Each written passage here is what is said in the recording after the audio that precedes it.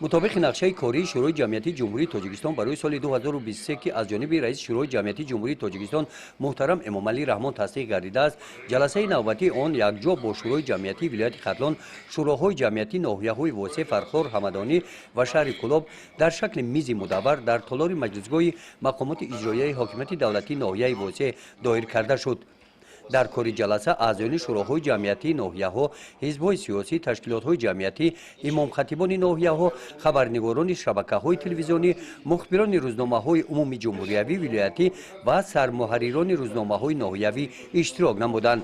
در این همایش از روی روزنامه میز مدور راه و اصولهای تامین امنیت اطلاعاتی در تاجیکستان در شرایط جهانی شوی از نگاه جامعه شهروندی برآمدهای اعضایان شورای جمعیتی شنیده شد. تامین امنیت اطلاعاتی یکی از هدف‌های اساسی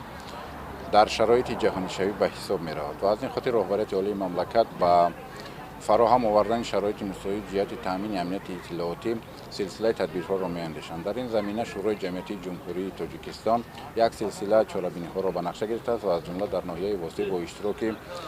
نمایندگان شورای جمعیتی ناحیه‌های واسع میرسید علی همدانی، فرخار و شهر کلاب یک جلسه را دایر نمود که به شکل میز مدور مهمترین مسئله های وابسته به تامین امنیت اطلاعاتی در منطقه کلاب جمهوری تاجیکستان مورد بررسی قرار گرفتند. هدف اساسی آن می باشد که ما مشخص سازیم که در شرایط کنونی برای